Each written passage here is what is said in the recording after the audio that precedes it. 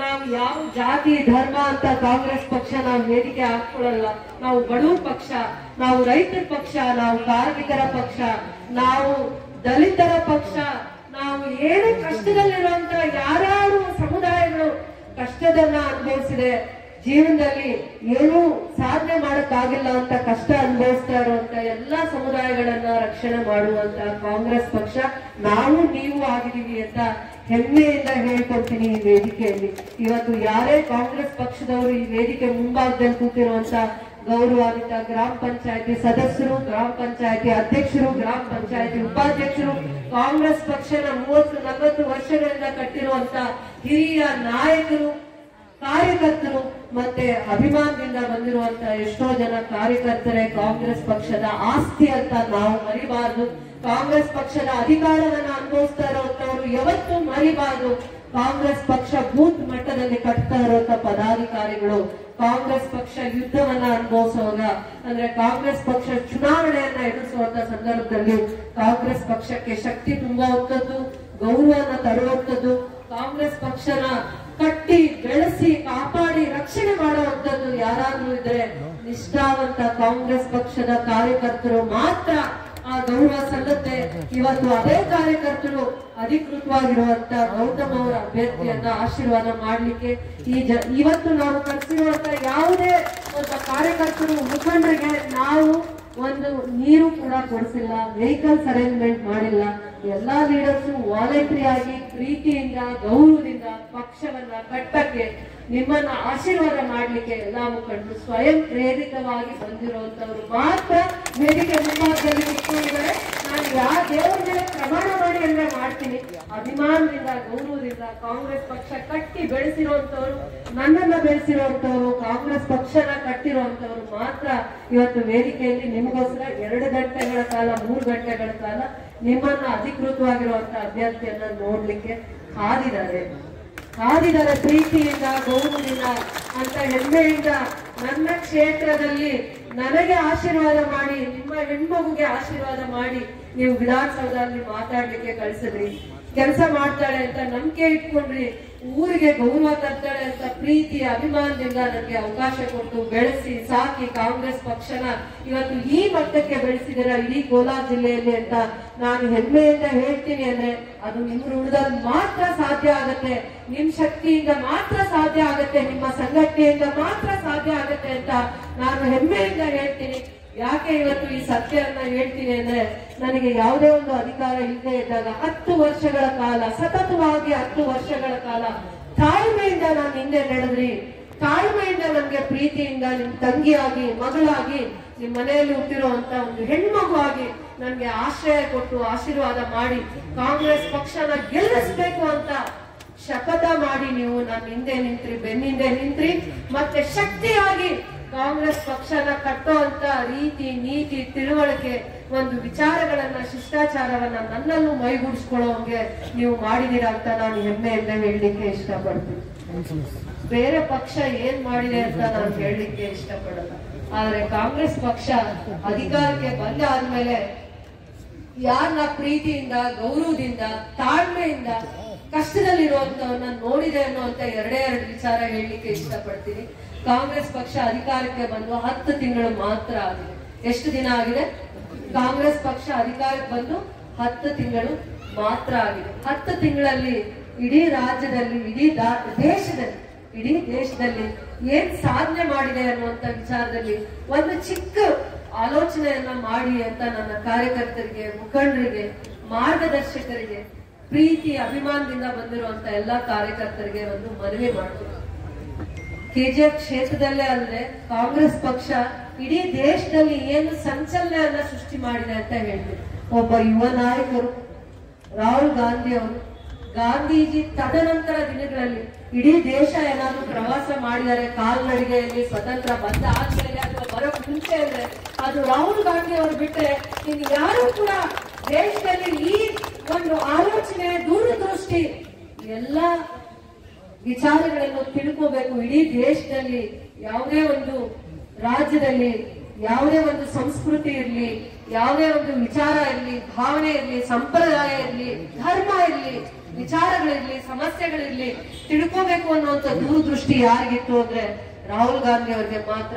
ಮೊದಲನೇ ಹಂತದಲ್ಲಿ ಭಾರತ್ ಜೋಡೋ ಕಾರ್ಯಕ್ರಮನ ಯಶಸ್ವಿಯಾಗಿ 3000 ಎಷ್ಟು ಕಿಲೋ 3380 ಅಥವಾ 3400 ಕಿಲೋಮೀಟರ್ ಅನ್ನ ಕಾಲ್ನಡಿಗೆಯಲ್ಲಿ ಕನ್ಯಾಕುಮಾರಿಯಿಂದ ಕಾಶ್ಮೀರವರೆಗೂ ಯಾರಾದ್ರೂ ಕಾಲ್ನಡಿಗೆಯಲ್ಲಿ ನಡೆದಿದ್ದಾರೆ. ಸ್ವತಂತ್ರ ಬಂದ ಮೇಲೆ, ಸ್ವತಂತ್ರ ಪೂರ್ವದಲ್ಲಿ ಗಾಂಧೀಜಿ ಅವ್ರು ಮಾಡಿರುವಂತ ಸಾಧನೆನ ರಾಹುಲ್ ಗಾಂಧಿ ಅವ್ರು ಮತ್ತೆ ಮಾಡಕ್ಕಾಯ್ತು. ಯಾಕೆ ಅಂದ್ರೆ ಕಾಂಗ್ರೆಸ್ಗೆ ಚರಿತ್ರೆ ಇದೆ. ಕಾಂಗ್ರೆಸ್ ಸರ್ಕಾರ ಮಾತ್ರ, ಕಾಂಗ್ರೆಸ್ ಚರಿತ್ರೆಯನ್ನ ಸೃಷ್ಟಿ ಮಾಡಿರುವಂತದ್ದು, ಕಾಂಗ್ರೆಸ್ ಸ್ವತಂತ್ರವನ್ನ ತಂದ್ಕೊಟ್ಟಿರುವಂತದ್ದು, ಬಲಿದಾನವನ್ನ ಮಾಡಿರುವಂತದ್ದು, ತ್ಯಾಗ ಮಾಡಿರುವಂತದ್ದು. ಕಾಂಗ್ರೆಸ್ ಕುಟುಂಬ ಅಂದ್ರೆ ಜೈಲ್ವಾಸ ಅನುಭವಿಸಿರುವಂತದ್ದು. ಇಲ್ಲಿ ಕೂತಿರುವಂತವ್ರು ಅಥವಾ ಇಲ್ಲಿ ಕೂತಿರುವಂತ ವೇದಿಕೆ ಮೇಲೆ ಕೂತಿರುವಂತ ಮುಖಂಡರು ಕುಟುಂಬದವರು ಅಥವಾ ತಂದೆ, ತಾತ, ತಾಯಿ ಯಾರೋ ಒಬ್ರು ಜೈಲ್ವಾಸ, ಸೆರೆಮನೆಯನ್ನ ಅನುಭವಿಸಿದ್ದಾರೆ.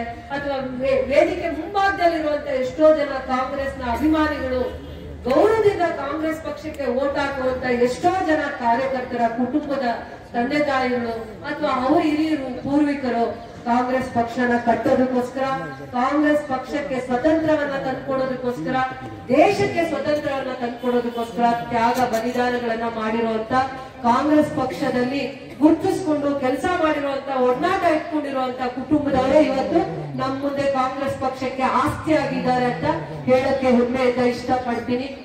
ಇಡೀ ದೇಶದಲ್ಲಿ ಕಾಂಗ್ರೆಸ್ ಪಕ್ಷ, ಕರ್ನಾಟಕದ ಕಾಂಗ್ರೆಸ್ ಪಕ್ಷ, ಅದರಲ್ಲಿ ನಮ್ಮ ಮುಖ್ಯಮಂತ್ರಿಗಳಾಗಿರುವಂತ ಸಿದ್ದರಾಮಯ್ಯ ಅವರು ಅನ್ನದಾತರು, ರೈತರ ಕಷ್ಟ ಸುಖಗಳಿಗೆ ಸ್ಪಂದಿಸುವಂತವರು, ಹೆಣ್ಮಕ್ಕಳ ಕಣ್ಣೀರಿಗೆ ಯಾವ ರೀತಿ ಸ್ಪಂದಿಸಬೇಕು ಅಂತ ದೂರದೃಷ್ಟಿ ಇರುವಂತ ಅನ್ನದಾತರಾಗಿರುವಂತ ಮುಖ್ಯಮಂತ್ರಿಗಳು, ಗೌರವಾನ್ವಿತರು, ಹಿರಿಯರು, ಬಹಳ ಅನುಭವ ಇರುವಂತ ಸಿದ್ದರಾಮಯ್ಯ ಅವರ ಮಾರ್ಗದರ್ಶನದಲ್ಲಿ ಕಾಂಗ್ರೆಸ್ ಪಕ್ಷದ 69 ಸೀಟಲ್ಲಿದ್ದಂತ ಕಾಂಗ್ರೆಸ್ ಪಕ್ಷನ 131 MLA ಗೆಲ್ಲಿಸುವ, ಶಾಸಕರನ್ನ ಗೆಲ್ಲಿಸುವಂತದ್ರಲ್ಲಿ ಯಶಸ್ವಿಯಾಗಿ ಪ್ರಯತ್ನ ಮಾಡಿರುವಂತ ಕೆಪಿಸಿಸಿ ಅಧ್ಯಕ್ಷರು, ಉಪಮುಖ್ಯಮಂತ್ರಿಗಳು ಆಗಿರುವಂತ DK ಶಿವಕುಮಾರ್ ಅವರು, ಕಾಂಗ್ರೆಸ್ ಪಕ್ಷದ ಉಪಮುಖ್ಯಮಂತ್ರಿಗಳ ಅವರ ಪ್ರಯತ್ನ, ಅವರ ಪರಿಶ್ರಮ, ಅವರ ಕಷ್ಟದಿಂದ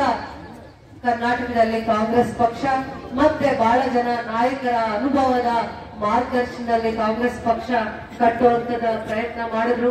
ಕಾಂಗ್ರೆಸ್ ಪಕ್ಷ ಕಟ್ಟಿದ ತಕ್ಷಣ ಕೆಲವೊಂದು ಕಾರ್ಯಕ್ರಮಗಳನ್ನ ತಂದ್ರು, ಅರ್ಥಪೂರ್ಣವಾಗಿರುವಂತಹ ಕಾರ್ಯಕ್ರಮಗಳನ್ನ ತಂದ್ರು.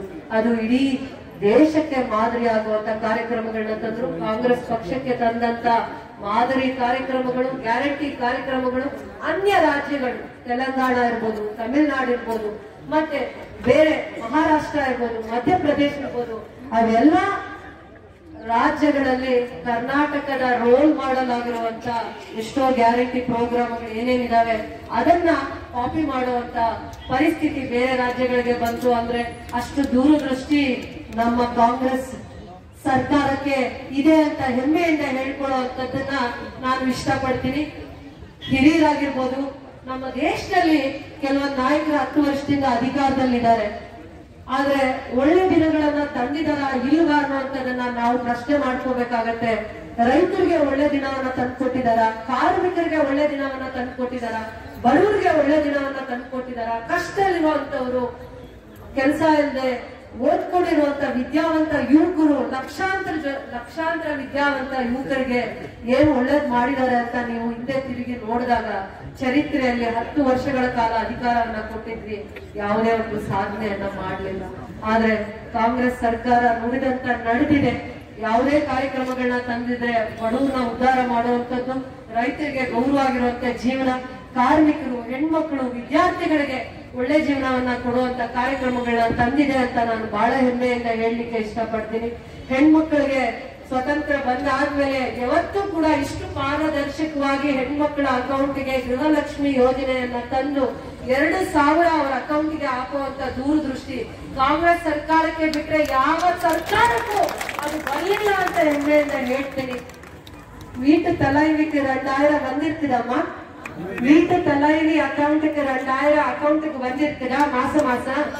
வீட்டு தலைவிக்கு யாராருக்கு 2000 வந்திருக்குது கை தூக்க முடியுமா? வீட்டுல கரண்ட் ஃப்ரீயா வந்திருக்குது, யாருக்கு பஸ் ஃப்ரீயா இருக்குது, யாருக்கு அரிசி காசு உங்க அக்கௌண்ட்ல ஊழ்ந்து இருக்குது? 2000 உங்க அக்கௌண்ட்டுக்கு கரண்ட் ஃப்ரீ.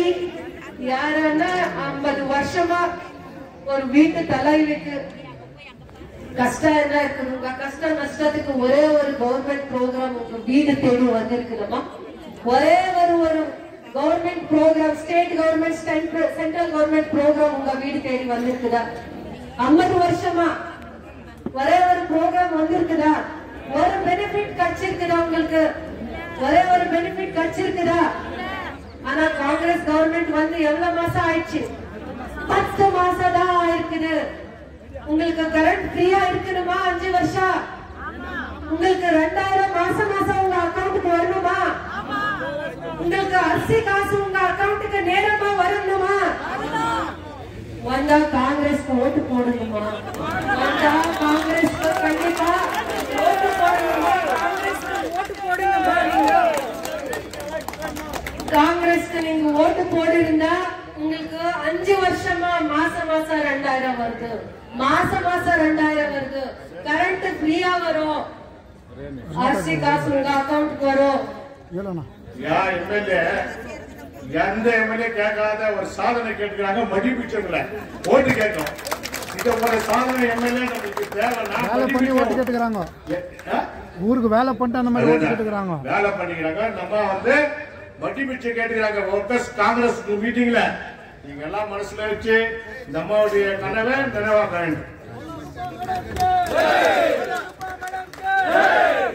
வீட்டுக்கு வரும் 5000 2000 3000 மாசம் பெனிஃபிட் பண்ணிருக்காங்க. ஆனா எங்க ஊருக்கு என்ன பண்ணிருக்காங்க காங்கிரஸ் கவர்மெண்ட்? ஊருக்கு 1000 ஏக்கரை நிலவா ரிசர்வ் பண்ணி 23 கோடி ரெவென்யூ டிபார்ட்மெண்ட்க்கு பணம் டிரான்ஸ்பர் பண்ணி அந்த land 900 acres land industrial township, industrial park, industrial hub reserve பண்ணிருக்காங்க. இதுக்கு முன்னால நாங்க 5 வருஷமா ஃபைட் பண்ணி வந்தோம். ஆனா இண்டஸ்ட்ரியல் டவுன்ஷிப் எந்த கவர்மெண்ட் கூட பண்ணல. இண்டஸ்ட்ரியல் டவுன்ஷிப் எந்த கவர்மெண்ட் கூட பண்ணல. ஆனா காங்கிரஸ் கவர்மெண்ட் பவருக்கு வந்த 10 மாசத்துல ஒரு 1000 ஏக்கரை நிலவை கண்டுபிடிச்சு கொடுத்து உடனே கேஜிஎஃப் மக்களுக்காகி, தங்கவயல் மக்களுக்காகி 1000 ஏக்கரை நிலவை இண்டஸ்ட்ரியல் டவுன்ஷிப்க்கு ரிசர்வ் பண்ணிருக்காங்க. 23 கோடி ஒரு ஏக்கரை 6 லட்சம் ஒரு லேண்ட் வேல்யூவேஷன் ரிசர்வ் பண்ணி அந்த 900 ஏக்கர்ஸ் லேண்டுக்கு 23 கோடி கவர்மெண்ட் பணம் கட்டி இண்டஸ்ட்ரியல் டவுன்ஷிப்க்கு கேடிபி டிபார்ட்மெண்ட்க்கு ரிசர்வ் பண்ணி டிரான்ஸ்பர் பண்ணிருக்காங்க. அது ஒரு வேலை காங்கிரஸ் கவர்மெண்ட் பண்ணிருக்காங்க, பெருமையா சொல்றேன். அதுக்கப்புறமா இங்க இண்டஸ்ட்ரீஸ் வந்தா நாளைக்கோ 4 நாளைக்கோ ஒரு 6 மாசம் விட்டுட்டு இங்க ஒரு இண்டஸ்ட்ரியல் டவுன்ஷிப் வந்தா பவர் ப்ராப்ளம் வரக்கூடாது. அதனால ஒரு சப்ஸ்டேஷன் 220 சப்ஸ்டேஷன் அந்த ப்ரொபோசல் 10 ஏக்கர்ஸ் லேண்ட் சார்ஜ் மினிஸ்டருக்கு நாங்க ப்ரொபோசல் கொடுத்தோம் டிசம்பர் செஷன்ல. அதுக்கு ஒரு 100 crores ஒரு பவர் ஸ்டேஷனுக்கு சப்ஸ்டேஷனுக்கு கிராண்ட்ஸ் ரிசர்வ் பண்ணிருக்காங்க. வில்லேஜ்ல எல்லாம் ஃபார்மர்ஸ்க்கு விவசாயம் பண்றாங்க.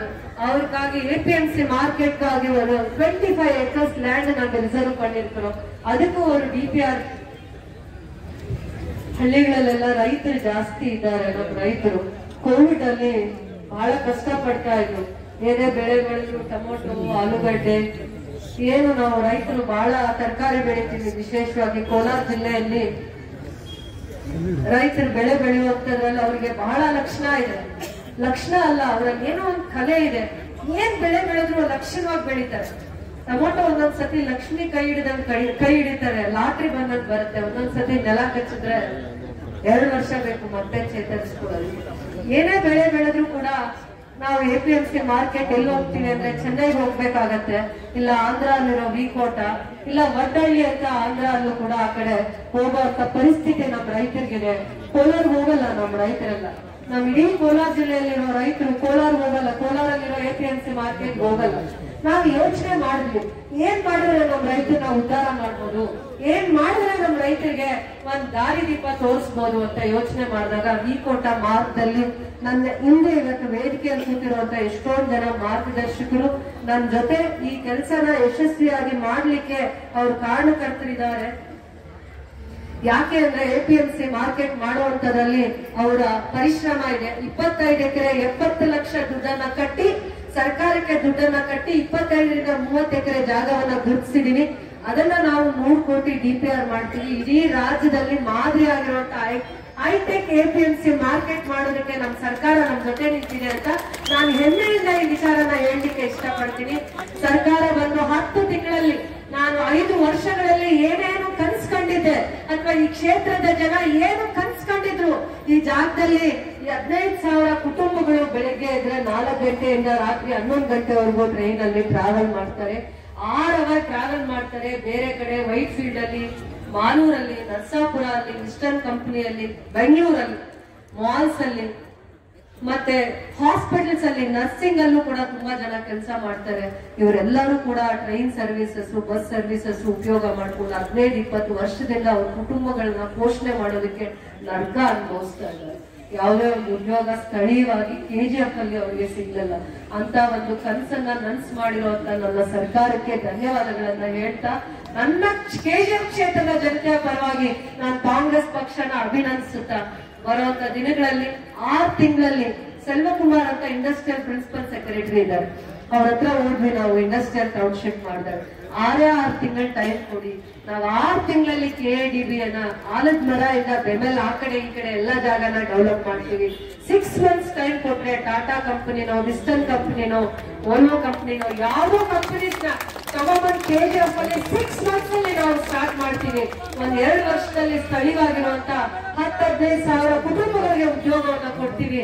ದಿನ ಬೆಳಗ್ಗೆ ಪ್ರಯಾಣ ಮಾಡ್ತಾ ಇರೋ, ಕಷ್ಟ ಅನುಭವಿಸ್ತಾ ಇರುವಂತದ್ದು, ಕುಟುಂಬಗಳಿಗೋಸ್ಕರ ತಮ್ಮ ಜೀವನ ತ್ಯಾಗ ಮಾಡ್ತಾ ಇರುವಂತವ್ರಿಗೆ ಸೇವೆ ಮಾಡ್ತೀವಿ.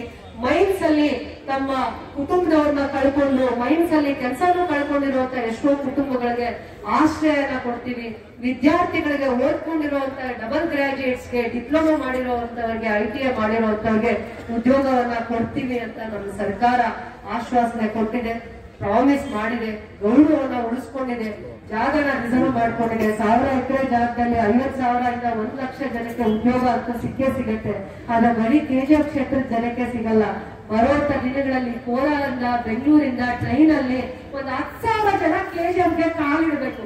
10 ರಿಂದ 20,000 ಕೋಟಿ ಬಂಡವಾಳ ಹಾಕ್ಬೇಕು KGF ಅಲ್ಲಿ. ಅವತ್ತು KGF ಯಾವ ಪರಿಸ್ಥಿತಿಗೆ ಬರುತ್ತೆ ಅಂತ ನೋಡಿ 2 ವರ್ಷ 3 ವರ್ಷಗಳಲ್ಲಿ ನನ್ನ ಕೈಲಾಗುವಂತ ಪ್ರಯತ್ನ ಮಾಡಿ ರೋಡ್ಸ್ ನ, ಇನ್ಫ್ರಾಸ್ಟ್ರಕ್ಚರ್ ನ, ಬೆಸ್ಟ್ ಇನ್ಫ್ರಾಸ್ಟ್ರಕ್ಚರ್ಸ್ ನ KGF ಅಲ್ಲಿ ತರುವಂತ ಪ್ರಯತ್ನ ಮಾಡಿದೀನಿ ಅಂತ ಹೇಳ್ತಾ, ಕಾಂಗ್ರೆಸ್ ರಾಜ್ಯದಲ್ಲಿ ಇರುವಂತದಕ್ಕೆ ಇಷ್ಟೆಲ್ಲ ಸಾಧನೆ ಮಾಡಿದೆ.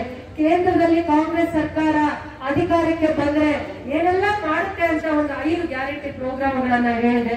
ಪ್ರತಿಯೊಬ್ಬ ವಿದ್ಯಾವಂತರಿಗೆ, ಯಾರು ಗ್ರಾಜುಯೇಟ್ಸ್ ಇರ್ತಾರೆ, 1 ಲಕ್ಷ ಜನಕ್ಕೆ 1 ಲಕ್ಷ ರೂಪಾಯಿನ ಅಂದ್ರೆ 1 ಲಕ್ಷ ವೇತನ ಅಂದ್ರೆ ಸ್ಯಾಲರಿ ಸಿಗೋರಿಗೆ ಗ್ರಾಜುಯೇಟ್ಸ್ಗೆ ಒಂದು ಅವಕಾಶ ಮಾಡ್ತೀವಿ ಅಂತ ಕಾಂಗ್ರೆಸ್ ಗ್ಯಾರಂಟಿ ಪ್ರೋಗ್ರಾಮ್ ಸೆಂಟ್ರಲ್ ಅಲ್ಲಿ ಹೇಳ್ತಾ ಇದೆ. ಪ್ರತಿ ಕುಟುಂಬದ ಮಹಿಳೆಗೆ 1 ಲಕ್ಷ ದುಡ್ಡು ಬರೋಂಗೆ ಮಾಡ್ತೀವಿ ಪ್ರತಿ ವರ್ಷ ಅಂತ ಆಶ್ವಾಸನೆಯನ್ನ ಕೊಡ್ತಾ ಇದೆ. ಎಲ್ಲಾ ರೈತರ ಸಾಲ ಮನ್ನಾ ಮಾಡ್ತೀವಿ. ಯಾವಾಗ ಮನಮೋಹನ್ ಸಿಂಗ್ ಅವರಿದ್ದಾಗ ಸಾಲ ಮನ್ನಾ ಮಾಡಿದ್ರು. ಎಲ್ಲಾ ರೈತರದು, ಬಡವರದು, ಕಷ್ಟದಲ್ಲಿರುವಂತವ್ರದ್ದು, SC ST ಅವ್ರದ್ದು ಹೆಚ್ಚಿನ ಸಂಖ್ಯೆಯಲ್ಲಿ ಸಾಲ ಮನ್ನಾವನ್ನ ಮಾಡಿದ್ರು 10-15 ವರ್ಷಗಳಿಂದ. ಅದೇ ರೀತಿ ಕಾಂಗ್ರೆಸ್ ಸರ್ಕಾರ ಅಧಿಕಾರಕ್ಕೆ ಬಂದ್ರೆ ರೈತರ ಸಾಲವನ್ನ ಮನ್ನಾ ಮಾಡ್ತೀವಿ. ಎಲ್ಲಾ ಬ್ಯಾಂಕ್ ನಲ್ಲಿ, ನ್ಯಾಷನಲೈಸ್ಡ್ ಬ್ಯಾಂಕ್ಸ್, ಕೋಆಪರೇಟಿವ್ ಬ್ಯಾಂಕ್ಸ್, ಎಲ್ಲಾ ಬ್ಯಾಂಕ್ಸ್ ಅಲ್ಲೂ ಸಾಲ ಮನ್ನಾ ಮಾಡ್ತೀವಿ ಅಂತ ಹೇಳ್ತಾ ಇದೀವಿ. ನರೇಗಾದಲ್ಲಿ ಇವತ್ತು 250 ರೂಪಾಯಿ ಅಷ್ಟೇ ನಮಗೆ ನರೇಗಾ ಅಲ್ಲಿ ದಿನಗೂಲಿ ಇರೋದು 250 ಇದೆ. ಕಾಂಗ್ರೆಸ್ ಸರ್ಕಾರ ಅಧಿಕಾರಕ್ಕೆ ಬಂದ್ರೆ ಪ್ರತಿದಿನ ನಿಮ್ಗೆ ಕೂಲಿ 400 ರೂಪಾಯಿ ಸಿಗುವಂತೆ ಮಾಡ್ತೀವಿ ಅನ್ನುವಂತ ಒಂದು ಒಳ್ಳೆಯ ಆಲೋಚನೆಯನ್ನ, ಮತ್ತೆ ಗ್ಯಾರಂಟಿ ಪ್ರೋಗ್ರಾಮ್ಸ್ ಹೇಗೆ ಕಾಂಗ್ರೆಸ್ ಸರ್ಕಾರ ಮಾಡಿತ್ತು ಕರ್ನಾಟಕ ರಾಜ್ಯದಲ್ಲಿ, ಅದೇ ರೀತಿ ಇವಾಗ ಕೇಂದ್ರದಲ್ಲಿ ಕೆಲವೊಂದು ಗ್ಯಾರಂಟಿ ಪ್ರೋಗ್ರಾಮ್ಸ್ ಬಗ್ಗೆ ಅವೇರ್ನೆಸ್ ಅನ್ನ ಕೊಡ್ತಾ ಇದೆ. ಕಾಂಗ್ರೆಸ್ ಸರ್ಕಾರ ಕೇಂದ್ರದಲ್ಲಿ ಮಾಡಿದ್ರೆ ಇಡೀ ದೇಶ ಉದ್ಧಾರ ಆಗುತ್ತೆ. ಇದನ್ನ ಗಮನದಲ್ಲಿ ಇಟ್ಕೊಂಡು ನೀವು ವೋಟ್ ಹಾಕ್ಬೇಕು ಅಂತ ಕೇಳ್ತಾ, ನಾನು ನಿಮ್ಮನ್ನ ಬೇಡ್ತಾ ಇದ್ದೀನಿ, ನಾನು ನಿಮ್ಮ ಹೆಣ್ಮಗು ಬೇಡ್ತಾ ಇದ್ದೀನಿ, ನಾನು ನಿಮ್ಮನೆ ಹೆಣ್ಮಗು ಆಗಿ, ನಿಮ್ ಜೊತೆ ಹುಟ್ಟಿರೋ ತಂಗಿಯಾಗಿ, ಮಗಳಾಗಿ ನಾನು ಬೇಡ್ಕೊಂತಾ ಇದ್ದೀನಿ.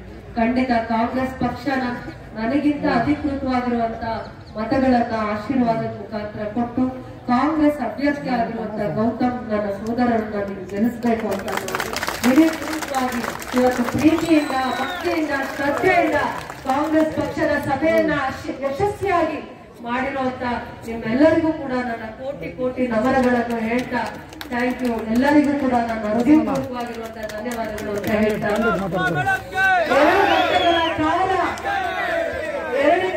2 ಗಂಟೆಯಿಂದ 5 ಗಂಟೆವರೆಗೂ ಕೂಡ ಭಕ್ತಿಯಿಂದ ಶ್ರದ್ಧೆಯಿಂದ ಪ್ರೀತಿಯಿಂದ ಅಭಿಮಾನದಿಂದ ಕಾಯ್ತಾ ಇರುವ ಎಲ್ಲಾ ಕಾರ್ಯಕರ್ತರಿಗೂ ಮುಖಂಡರಿಗೂ ಪದಾಧಿಕಾರಿಗಳಿಗೂ ಕೂಡ ಹೃದಯಪೂರ್ವಕವಾಗಿರುವ ಧನ್ಯವಾದಗಳನ್ನ ಹೇಳ್ತಾ ಅಭ್ಯರ್ಥಿ ಅವರ ಒಂದು ಕಾಂಗ್ರೆಸ್ ಪಕ್ಷದ ಅಭ್ಯರ್ಥಿಯವರು ಈಗ ಅವರು ನಿಮ್ಮ ಮುಂದೆ 2 ಮಾತುಗಳನ್ನ ಹೇಳ್ತಾರೆ. ಜಿಲ್ಲಾ ಅಧ್ಯಕ್ಷರು ಇದಕ್ಕೆ ಮುಂಚೆ ಜಿಲ್ಲಾ ಅಧ್ಯಕ್ಷರು 2 ನಿಮಿಷ ಮಾತಾಡ್ತಾರೆ. ಲಕ್ಷ್ಮೀನಾರಾಯಣ ಅವರು ಜಿಲ್ಲೆಯ ಕೋಲಾರ ಜಿಲ್ಲೆಯ ಅಧ್ಯಕ್ಷರಾಗಿರುವಂತಹ ಲಕ್ಷ್ಮೀನಾರಾಯಣ ಅವರು ವೇದಿಕೆಯಲ್ಲಿ 2 ನಿಮಿಷ ಮಾತಾಡ್ತಾರೆ. ಸಮಯದ ಅಭಾವ ಇದೆ. ಎಲ್ಲರಿಗೂ ನನ್ನ ಹೃದಯಪೂರ್ವಕ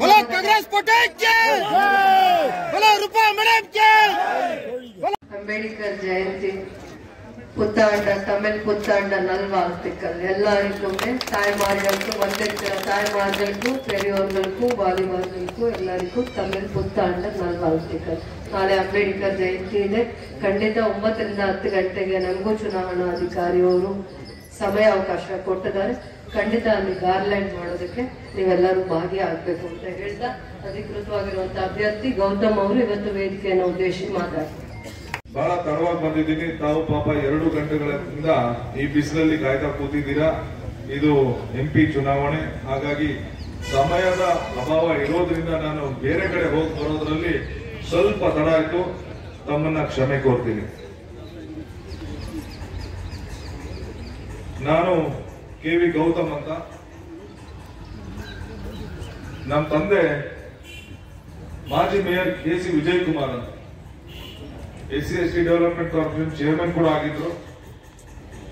ಅವರ ಹಾದಿಯಲ್ಲೇ ನಡೆದು ಬಂದ ನಾನು NSY ಇಂದ ಸಲೀಂ ಅಹಮದ್ ಅವರು ನನ್ನ NSY ಸೇರಿಸಿದ್ರು. ನಂತರ ಜಿಲ್ಲಾ ಯುವ ಕಾಂಗ್ರೆಸ್, ಸ್ಟೇಟ್ ಯೂತ್ ಕಾಂಗ್ರೆಸ್ ಕೃಷ್ಣ ಬೈರೇಗೌಡರ ನೇತೃತ್ವದಲ್ಲಿ ನಾನು ಪ್ರಧಾನ ಕಾರ್ಯದರ್ಶಿಯಾಗಿ ಕೆಲಸ ಮಾಡಿದ್ದೇನೆ. ನಂತರ KPCC ಪರಮೇಶ್ವರ್ ಅವರ ಕಮಿಟಿಯಲ್ಲಿ ಕೆಲಸ ಮಾಡಿದ್ದೇನೆ. ದಿನೇಶ್ ಗುಂಡೂರಾವ್ ಕಮಿಟಿಯಲ್ಲಿ ಕೆಲಸ ಮಾಡಿದ್ದೇನೆ. ಈಗ ಮಾನ್ಯ DK ಶಿವಕುಮಾರ್ ಅವರು ನನಗೆ ಜಿಲ್ಲಾಧ್ಯಕ್ಷನ ಹುದ್ದೆ ಕೊಟ್ಟಿದ್ರು, ಕೆಲಸ ಮಾಡ್ತಾ ಇದ್ದೆ. ಆಕಸ್ಮಿಕವೋ ಅನಿರೀಕ್ಷಿತವೋ ನನಗೆ ಪಕ್ಷ ಟಿಕೆಟ್ ಕೊಡ್ತು. ಅದು ಎಲ್ಲಿ ಕೊಡ್ತು?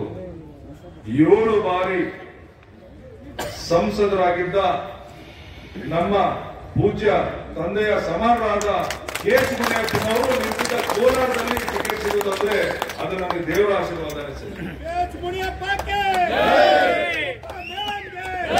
ಕನಸಲ್ಲೂ ಅನ್ಕೊಂಡಿರ್ಲಿಲ್ಲ ನಾನು ಒಂದು MP ಟಿಕೆಟ್ ತಗೊಳ್ತೀನಿ.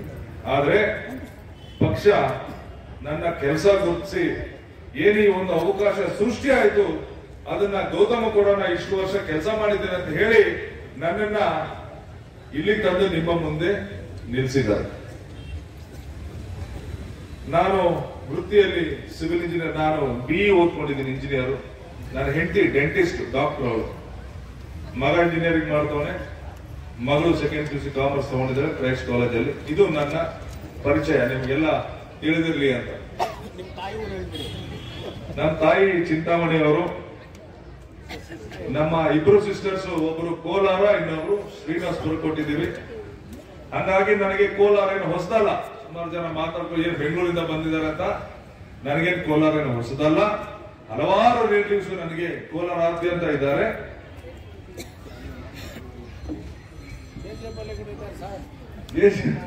KGF ಅಲ್ಲೂ ಬಹಳ ಜನ ಇದ್ದಾರೆ. ಇಲ್ಲೇ ಸುಮಾರು ಜನ ಕೂತಿದ್ದಾರೆ. KGF ಅಲ್ಲಿ ಇರೋರೆಲ್ಲ ಇಲ್ಲೇ ಕೂತಿದ್ದಾರೆ. ಮೇಲಾಗಿದ್ದಕ್ಕಿಂತ ಮೇಲೆ ನನ್ನ ಕಾಂಗ್ರೆಸ್ನ ಅಣ್ಣ ತಮ್ಮಂದಿರು ಒಂದು ದೊಡ್ಡ ಪಡೆನೇ ಇಲ್ಲಿದೆ.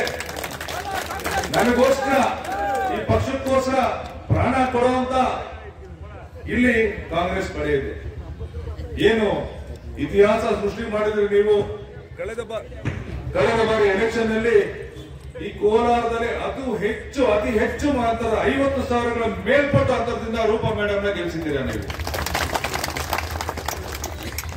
ನೀವು ಕೊಟ್ಟ ಜನಮನ್ನಣೆ ಎಐಸಿಸಿ ಮಟ್ಟದಲ್ಲಿ ಚರ್ಚೆ ಆಗಿದೆ. ಅಂತ ದೃಢವಾದ ಸಂಕಲ್ಪ ಹೊಂದಿರುವ ಕಾಂಗ್ರೆಸ್ ಕಾರ್ಯಕರ್ತರು ಈ ಕೆಜಿಎಫ್ ನಲ್ಲಿದ್ದಾರೆ. ಬಂಧುಗಳೇ, ಈಗ ಮತ್ತೊಮ್ಮೆ ಚುನಾವಣೆ ಬಂದಿದೆ.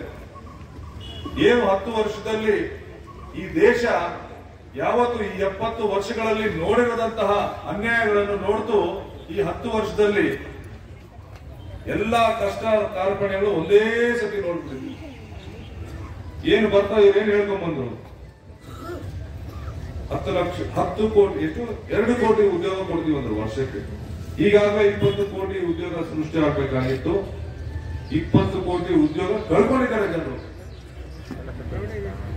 ಏನು ಮಹಿಳೆಯರಿಗೆ ರಕ್ಷಣೆ ಇಲ್ಲ, ರೈತರಿಗೆ ರಕ್ಷಣೆ ಇಲ್ಲ, ಕೆಲಸ ಕೇಳ್ಕೊಂಡು ಹೋದ ಸ್ಟೂಡೆಂಟ್ಸ್ ಮೇಲೆ ಗೋಲಿಬಾರ್ ನಡೆಯುತ್ತೆ, ಮಿನಿಮಮ್ ಸಪೋರ್ಟ್ ಪ್ರೈಸ್ ಕೊಡಿ ಅಂತ ಕೇಳ್ಕೊಂಡಾದ ರೈತರ ಮೇಲೆ ಜೀಪ್ಗಳು ಹಚ್ಚಿಕೊಳ್ತಾರೆ. ಅವರು ಬರಬಾರದು ಒಳಗಡೆ, ಡೆಲ್ಲಿ ಒಳಗಡೆ ಅಂತ ಹೇಳಿ ಏನ್ ಇಂಡಿಯಾ ಪಾಕಿಸ್ತಾನ ಮಧ್ಯದಲ್ಲಿ ಏನ್ ಬ್ಯಾರಿಕೇಡ್ಸ್ ಹಾಕಿದ್ದಾರೆ, ಮುಳ್ಳು ಬೇಲಿ ಆ ತರ ಹಾಕಿದ್ದಾರೆ. ಇದು ಪ್ರಜಾಪ್ರಭುತ್ವ ವ್ಯವಸ್ಥೆ ಅನ್ನೋದು ಏನು ನ್ಯಾಯ ಕೇಳೋದೇ ತಪ್ಪ. ಇಂಥ ವ್ಯವಸ್ಥೆ ಈ ದೇಶದಲ್ಲಿದೆ. ನೀವು ಹೆಣ್ಣು ಮಕ್ಕಳ ಮೇಲೆ ಯಾವ ರೀತಿ ದೌರ್ಜನ್ಯ ನಡೀತಾ ಅಂತ ನೋಡ್ತಾನೆ ದಿನಾ ಪೇಪರ್ ಓದ್ತಾ ಇದ್ದೀರಾ. ಆ ಮಣಿಪುರದಲ್ಲಿ ಎಷ್ಟು ದೌರ್ಜನ್ಯ ನಡೀತು, ಇದುವರೆಗೂ ಅದರ ಬಗ್ಗೆ ಕೇಂದ್ರ ಸರ್ಕಾರ ಒಂದು ಮಾತು ಕೂಡ ಇನ್ನೂ ಮಾತಾಡಿಲ್ಲ. ಬರೀ ದುಡ್ಡು ಮಾಡೋದು, ಶ್ರೀಮಂತರ ಮಾಡೋದು, ಬಡವ್ರನ್ನ ಹಂಗೆ ಇಡೋದು, ಬಡವರು ಕೆಲಸ ಕೇಳ್ಕೊಂಡ್ರೆ ಹೇಳಿದ್ರು ನಮ್ಮ ಕಾರ್ಯಕರ್ತರು ಪಕೋಡ ಮಾರಿ ಅಂತಾರೆ. ಅವ್ರಿಗೆ ಯಾವುದೇ ಕಾಳಜಿ ಇಲ್ಲ, ಬಡವರ ಬಗ್ಗೆ ಯಾವುದೇ ಪ್ರೋಗ್ರಾಮ್ಸ್ ಇಲ್ಲ. ಅವರ ಪ್ರೋಗ್ರಾಮ್ಸ್ ಏನಿದ್ರು ಕೂಡ ಶ್ರೀಮಂತರ ಜೋಬಿಗೆ ದುಡ್ಡು ಹಾಕೋದು. ಕರೋನಾ ಅಂತ ಸಂದರ್ಭದಲ್ಲಿ ಎಷ್ಟೋ ಕುಟುಂಬಗಳು ಮಕ್ಕಳನ್ನ ಕಳ್ಕೊಂಡ್ರು, ತಾಯಿಯನ್ನ ಕಳ್ಕೊಂಡ್ರು, ತಂದೆನ ಕಳ್ಕೊಂಡ್ರು, ಸಹೋದರನ ಕಳ್ಕೊಂಡ್ರು. ಇವರು ಕರೋನಾ ಸಮಯದಲ್ಲಿ 28,000 ಕೋಟಿ ಹಗರಣ ಮಾಡ್ತಾರೆ. ನಮಗೆ ಮಾಸ್ಕ್ ಇಲ್ಲ, ಸಿಲಿಂಡರ್ ಇಲ್ಲ, ಆಕ್ಸಿಜನ್ ಇಲ್ಲ, ಜನ ಬೀದಿ ಹೇಳ್ತಾ ಇದ್ದಾರೆ. ಅಂತ ಸಂದರ್ಭದಲ್ಲಿ ಕೂಡ ಇವರು ದುಡ್ಡು ಮಾಡ್ತಾರೆ. ಏನ್ ಹೇಳಿದ್ರು ಇವರು? 15 ಲಕ್ಷ ಸರ್, 15 ಲಕ್ಷ ಕೊಟ್ಟಿಲ್ಲ. ಕಾಂಗ್ರೆಸ್ ಅವ್ರ ಮೇಲೆ ಗುಬ್ಬೆ ಕೂರಿಸಿ ಬಹಳ ವರ್ಷಗಳಿಂದ ಕಾಂಗ್ರೆಸ್ ಅವರು ಲೂಟಿ ಹೊಡೆದ್ಬಿಟ್ಟಿದ್ದಾರೆ. ಎಲ್ಲ ಸ್ವಿಸ್ ಬ್ಯಾಂಕ್ ಅಲ್ಲಿ ಲಕ್ಷಾಂತರ ಕೋಟಿ ಇದೆ, ನಾನು ಅಧಿಕಾರಕ್ಕೆ ಬಂದ್ರೆ ಅದನ್ನೆಲ್ಲ ತಗೊಂಡ್ಬಂದು ನಿಮಗೆ 15 ಲಕ್ಷ ಅಕೌಂಟ್ ಹಾಕ್ತೀನಿ ಅಂತ ಹೇಳಿದ್ರು. ಅದನ್ನ ನಂಬ್ಕೊಂಡು ಸುಮಾರು ಜನ ಅಕೌಂಟ್ ಕೂಡ ತೆಗೆದುಬಿಟ್ರು. ಆದ್ರೆ 100 ದಿನದಲ್ಲಿ ಕಪ್ಪೋಣ ತರ್ತೀನಿ ಅಂತಂದವರು 100 ದಿನ ಆದ್ರೂ ಬರ್ಲಿಲ್ಲ, 2 ವರ್ಷ ಆದ್ರೂ ಬರ್ಲಿಲ್ಲ. ಕೋರ್ಟ್ ಹೋಗಿ ಕೆಲವು ಜನ ಎಲ್ಲಪ್ಪ ನಮ್ಗೆ ಏನು 10 ಬ್ಲಾಕ್ ಮನಿ ತಂದು 15 ಲಕ್ಷ ನಮ್ಗೆ ಹಾಕ್ತೀನಿ ಅಂತ ಹೇಳಿದ್ಯಲ್ಲ, ಎಲ್ಲಿ ಅಂತ ಕೇಳಿದಾಗ ಸುಪ್ರೀಂ ಕೋರ್ಟ್ ಸೆಂಟ್ರಲ್ ಗವರ್ಮೆಂಟ್ ಕೇಳಿದಾಗ ಯಾವ ಬ್ಲಾಕ್ ಮನಿನೂ ಇಲ್ಲ ಅಂತ ಅಂದ್ಬಿಟ್ರು. ಅಂದ್ರೆ ಕಾಂಗ್ರೆಸ್ ಮೇಲೆ ಗುಬೆ ಕೂರಿಸಿ ಕಾಂಗ್ರೆಸ್ ಕಳ್ಳರು ಅಂತ ಹೇಳಿ ವೋಟ್ ಹಾಕ್ಸ್ಕೊಂಡು ಜನಗಳನ್ನ ಯಾಮಾರಿಸಿದ್ರು. ಇದೆಲ್ಲರಿಗೂ ಈಗ ಜನಗಳಿಗೆ ಗೊತ್ತಾಗಿದೆ. Electoral bond sir, electoral bond ಏನು ಭ್ರಷ್ಟಾಚಾರ ಮಾಡ್ತಾ ಇದ್ದಾರೆ ಇವರು ಅಂದ್ರೆ ನೋಟ್ ಬಂದಿ ಮಾಡಿದ್ರು. ಜನಗಳು ಪಾಪ ಏನೇನೋ ಊರುಗಳು ಎಲ್ಲ ಅಲ್ಲಲ್ಲೇ ಸ್ಟಕ್ ಆಗ್ಬಿಟ್ರು. ದುಡ್ಡಿಲ್ಲದೆ ವಾಪಸ್ ಬರಕ್ಕೆ ನಾವು ಬಸ್ಗೆ 500 ರೂಪಾಯಿ ಕೊಡ್ತೀವಿ ಅಂದ್ರೆ ಯಾರು ತಗೊಳ್ತಾ ಇಲ್ಲ. ಸುಮಾರು ಜನ ಎಷ್ಟೋ ಮದುವೆಗಳಿತ್ತು, ಒಂದಲ್ಲ ಎರಡಲ್ಲ ಇವ್ರು ಮಾಡೋದು. ಹೇಳ್ತಾ ಹೋದ್ರೆ ಇನ್ನು 2 ದಿನ ಬೇಕು, ಸಮಯದ ಅಭಾವ ಇದೆ. ಈ ನಡುವೆ ಸುಪ್ರೀಂ ಕೋರ್ಟ್ ಹೇಳ್ತು ಏನ್ ಎಲೆಕ್ಟ್ರಲ್ ಬಾಂಡ್ಸ್ ನೀವು ಕಲೆಕ್ಟ್ ಮಾಡಿದಾರ ಅದು ತಪ್ಪು ಅಂತ. ಯಾವ ರೀತಿ ಎಲೆಕ್ಟ್ರಲ್ ಬಾಂಡ್ಸ್ ಕಲೆಕ್ಟ್ ಮಾಡಬಹುದು?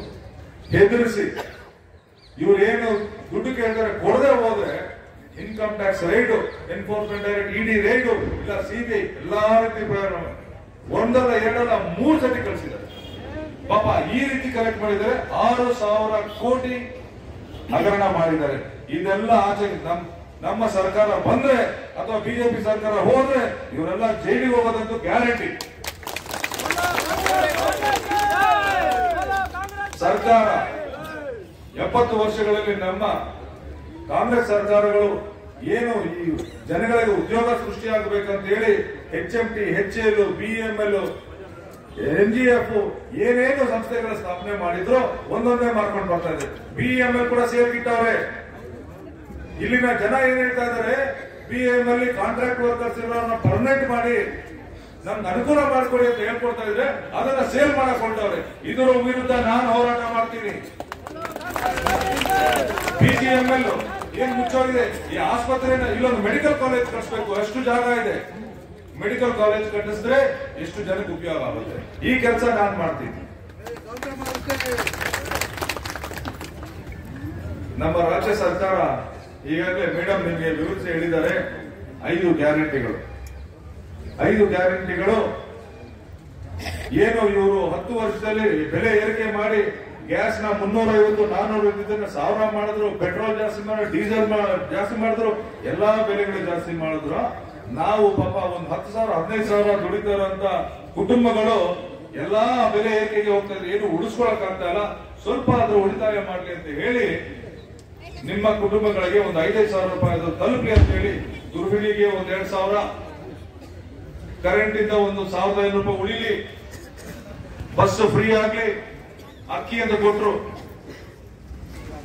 ಮಕ್ಕಳು ಡಿಗ್ರಿ ಓದಿರ್ತಾರೆ, ಕೆಲಸ ಇಲ್ಲ ಅವ್ರಿಗೆ, ಕೇಂದ್ರ ಸರ್ಕಾರದಿಂದ ಕೆಲಸ ಇಲ್ಲ, ಇವ್ರ ನೀತಿಗಳಿಂದ ಎಲ್ಲ ಫ್ಯಾಕ್ಟರೀಸ್ ಮುಚ್ಚೋಗಿದೆ, ಕೆಲಸ ಕುಡ್ಕೊಂಡು ಹೋಗ್ಬೇಕು. ಅವರು ದುಡ್ಡಿಲ್ಲ.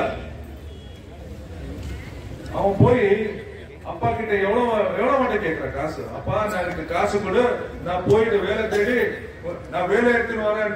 அவனுக்கு ஒரு மாசம் கேட்கிறான், 2 மாசம் கேட்கிறான், வேலையை கிடைக்கலையே, என்ன செய்யறது? அதுக்கு காங்கிரஸ் யோசிச்சாங்க என்ன பண்ண முடியும்.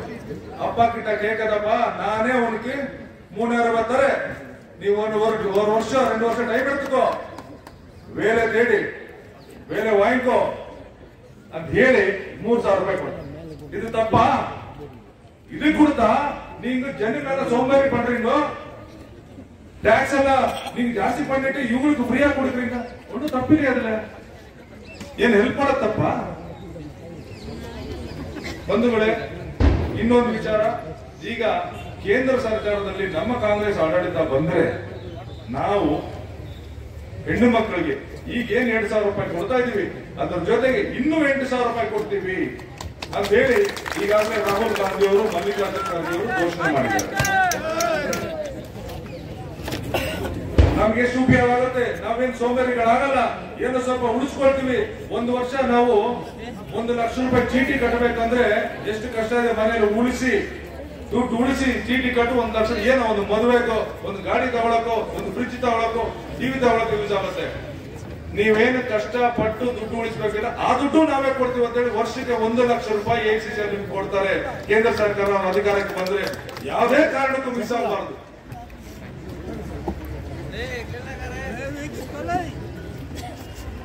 ನಿಮಗೆ ಬಂಗಾರಪೇಟೆ ಅತಿ ದೊಡ್ಡ ರೈಲ್ವೆ ಸ್ಟೇಷನ್, ಇಡೀ ದೇಶದ ಎಲ್ಲಾ ರೈಲುಗಳು ಬಂದು ಹೋಗುತ್ತೆ. ನಾವು ಕೇಂದ್ರ ಸರ್ಕಾರದಲ್ಲಿದ್ದಾಗ 25% ಸೀನಿಯರ್ ಸಿಟಿಸನ್ ರಿಬೇಟ್ ಕೊಟ್ಟಿದ್ರು, ಅದನ್ನು ತೆಗೆದ್ರು. ಪ್ಲಾಟ್ಫಾರ್ಮ್ ಟಿಕೆಟ್ 5 ರೂಪಾಯಿ ಇದ್ದು 30 ರೂಪಾಯಿ ಮಾಡಿದ್ರು. ಪ್ರತಿ ಒಂದರಲ್ಲೂ ಇವರು ರೈಲ್ವೆಗೆ ಏನೂ ಮಾಡಿಲ್ಲ. ಏನ್ ಇವಾಗ ಒಂದೇ ಭಾರತ ಹೇಳ್ತಾ ಇದಾರಲ್ಲ, ನಮ್ಗೆ ಏನ್ ಹೇಳಿದ್ದು, ಬುಲೆಟ್ ಟ್ರೈನ್ ಬಿಡ್ತೀವಂತ. ಇವರು ಬುಲೆಟ್ ಟ್ರೈನ್ ಎಲ್ಲ ಬಿಟ್ಟಿದ್ದು ಹಳೇ ಟ್ರೈನ್ ಗಳನ್ನ ತಗೊಂಡೋಗಿ ಪಾಂಡಿಚೇರಿಯಲ್ಲಿ ಮಾಡಿಫೈ ಮಾಡಿಸಿ ಮೂತಿ ಈ ತರ ಮಾಡಿ ಈಗ ಬಿಟ್ಬಿಟ್ಟು ಅದನ್ನೇ ಬುಲೆಟ್ ಟ್ರೈನ್ ಅಂತ. ಅದೇನ್ ಸ್ಪೀಡ್ ಆಗಿ ಹೋಗಲ್ಲ, ಇದಕ್ಕಿಂತ ಒಂದು ಅರ್ಧ ಗಂಟೆ ಸ್ಲೋಗೆ ಹೋಗುತ್ತೆ. ಅದಕ್ಕೆ ಒಂದೇ ಭಾರತ ಅಂತ. ಅದ್ರಲ್ಲೂ ಬಡವರು ಕೂಡ ಟ್ರಾವೆಲ್ ಮಾಡಕ್ಕಾಗಲ್ಲ, ಅದು ಶ್ರೀಮಂತರಿಗೆ.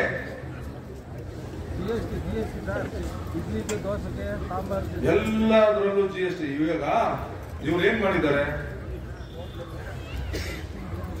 ಪ್ರತಿ ಒಂದರಲ್ಲೂ ಈ ದೇಶ ಎಲ್ಲಾ ಸರ್ಕಾರಗಳು ಸೇರಿ 60 ವರ್ಷದಲ್ಲಿ ದೇಶದ ಸಾಲ 55 ಲಕ್ಷ ಕೋಟಿ ಇತ್ತು. ಈ 15 ವರ್ಷದಲ್ಲಿ 185 ಲಕ್ಷ ಕೋಟಿಗೆ, ಅಂದ್ರೆ 130 ಲಕ್ಷ ಕೋಟಿ ಸಾಲ ಮಾಡವ್ರೆ. ಏನ್ ಮಾಡಿದ್ರು ಗೊತ್ತಿಲ್ಲ. ಪೆಟ್ರೋಲ್ ಬೆಲೆ ಜಾಸ್ತಿ ಮಾಡುದು, GST ಹಾಕಿದ್ರು, ಎಲ್ಲಾ ಕಡೆ GST. ಕಡೆಗೆ ಮಗುಗೆ ಹಾಲು ಕೊಡಕ್ಕೆ ಒಂದು ಪ್ಯಾಕೆಟ್ ಹಾಲು ತರೋಣ ಅಂದ್ರೆ ಅದಕ್ಕೂ GST. ಇಷ್ಟು ವರ್ಸ್ಟ್ ಸರ್ಕಾರ ಈ ಪ್ರಪಂಚದಲ್ಲಿ ಇಲ್ಲ. ಹೀಗಾಗಿ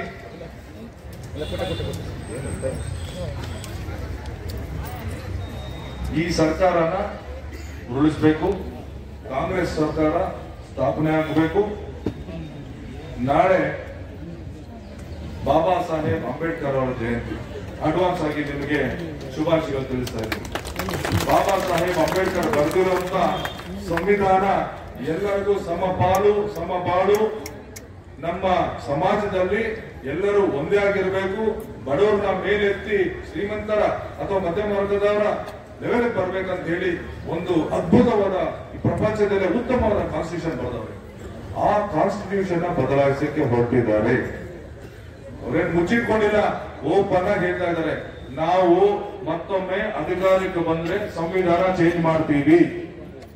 ಸಂವಿಧಾನದ ರಕ್ಷಣೆಯಲ್ಲಿ ನಾವು ಹಲವಾರು ಜನ ನಾವೆಲ್ಲ ಬದುಕಿರೋದು ಸಂವಿಧಾನ ಕೊಟ್ಟಿರೋ ಹಕ್ಕುಗಳಿಂದ.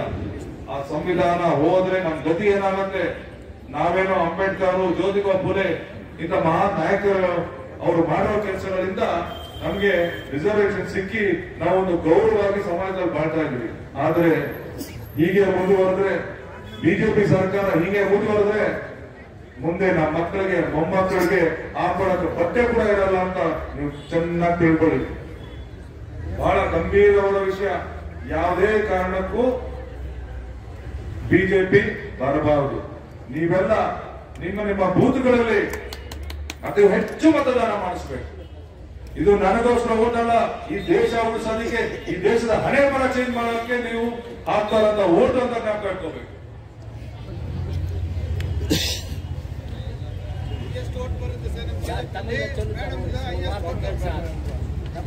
ನಾಳೆಗೆ ಹೊಸ ವರ್ಷ, ಪುದು ವರ್ಷ, ಎಲ್ಲರಿಗೂ ಪುತ್ತಾಂಡು ವಾಕುಗಳು.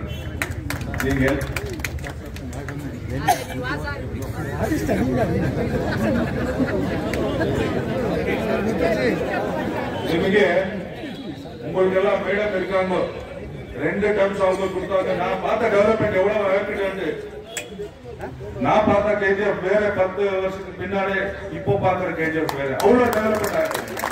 இதுக்கெல்லாம் மேடம்க்கு நாங்க தேங்க்ஸ் சொல்லணும். நீங்க இந்த மாசம் 26 எனக்கு ஓட்டு போடுங்க. நான் உங்களுக்காக உங்க வீட்டு பிள்ளையாக நான் வேலை செய்யறேன். உங்க அண்ணனோ உங்க தம்பியோ உன் மகளை என்னவோ நினைச்சு எனக்கு ஓட்டு போடுங்கள். நான் டெல்லிக்கு போய் உங்களுக்கு என்ன நியாயமா கிடைக்கும் எல்லாம் இங்க தர வைக்கிறேன். உங்களுக்கு லோக்கல்ல மேடம் இருக்காங்க, அவரு கூட நானும் இருக்கேன். உங்களுக்கு என்ன வேணுமோ நிறைய ப்ராப்ளம்ஸ் இருக்கு, அதெல்லாம் நானும் சால்வ் பண்றேன். உங்க பாதுகாப்புக்கு நான் இருக்கிறேன். ಇಷ್ಟು ಹೇಳಿ ನಾನು 26ನೇ ತಾರೀಕು ದಯವಿಟ್ಟು ಹೆಚ್ಚಿನ ಮತದಾನ ಆಗಬೇಕಾಗಿದೆ. ಈ KGF ಇದೇ ಅಭ್ಯರ್ಥಿಯ ಹಣೆ ಬರ ಅಂತ ಬದಲಿಸೋದು, ಅದಕ್ಕೆ ನಿಮ್ಮ ಮೇಲೆ ಹೆಚ್ಚಿನ ಜವಾಬ್ದಾರಿ ಇದೆ. ಪ್ರತಿಯೊಂದು ಬೂತ್ಗಳಲ್ಲೂ ನೀವು ಹೆಚ್ಚು ಓಟ್ ಹಾಕಿಸಬೇಕು. ನನ್ನನ್ನು ಗೆಲ್ಲಿಸಿ ನಿಮ್ಮ ಮನೆ ಮಗನಾಗಿ, ನಿಮ್ಮ ಅಣ್ಣ ತಮ್ಮನಾಗಿ, ನಿಮ್ಮ ಸಹೋದರನಾಗಿ ನಿಮ್ಮ ಕೆಲಸ ನಾನು ಮಾಡ್ತೀನಿ ಅಂತ ಹೇಳ್ತಾ ನನ್ನ ಮಾತುಗಳನ್ನು ಮುಗಿಸ್ತೀನಿ. ಜೈ ಹಿಂದ್, ಜೈ ಕಾಂಗ್ರೆಸ್, ಜೈ ಭೀಮ್.